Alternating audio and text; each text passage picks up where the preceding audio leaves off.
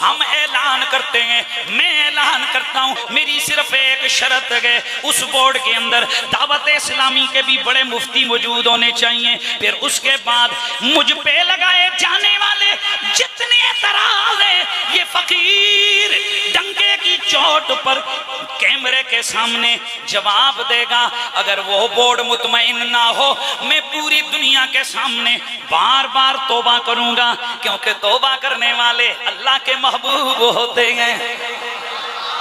ان اللہ یحب التوابین، اللہ توبہ کرنے والوں سے محبت کرنے والا ہے، لیکن میری ایک شرط ہوگی کہ جب اگر میرے حوالے سے کوئی چیز نہیں ملے گی سوائے ان سبقت لسانیہ کے جملوں کے جن پر بارہا رجوع ہو چکا ہے، تو پھر میری بھی شرط یہ ہے کہ آخر میں تمہیں لکھ کے یہ سرٹیفکیٹ دینا ہوگا کہ حنیف قریشی کے عقیدے میں ہمیں ذرہ برابر بھی کوئی کمی نظر نہیں آئی اور ہم اس سے معافی مانگتے ہیں۔ لیکن ہم ان کراچی کے خط لکھنے والوں سے کہتے ہیں، وہ خط لکھنے والے بزرگوں ذرا یہ بتاؤ، یہ مشاجرات ہم نے جلسوں میں شروع کیے یا تم نے ٹی ویوں پر بیان کرنے شروع کیے؟ اور جب تم نے ٹی ویوں پر بے گناہ کے نعرے لگائے، اس وقت ہم نے عقیدہ اہل سنت کی وضاحت کی، ان لفظوں سے وضاحت کی جو لفظ میرے سیدی اعلیٰ حضرت نے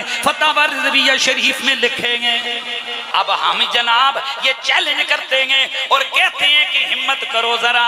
دن رکھو، علماء کے نام اناؤنس کرو، لیکن یہ بھی یاد رکھنا میں نے اسی محفل کے اندر میں نے بھی کچھ عرضیاں کرنی ہیں، میں نے ان پیروں کے نام بیان کرنے ہیں، ان مولویوں کے نام ذکر کرنے ہیں، ان مفتیوں کا ذکر کرنا ہے جنہوں نے حیدر کرار کی عظمت پہ حملے کیے ہیں، جنہوں نے سیدہ زہرا کے بچوں کو لتاڑا ہے، جنہوں نے کربلا والوں کی توہین کی ہے، جنہوں نے میرے نبی کے پاک بعد صحابہ پہ انگلیاں اٹھائی ہیں۔ میری شرط یہ ہے کہ پھر آپ کو ان پر بھی فتویٰ جاری کرنا ہوگا۔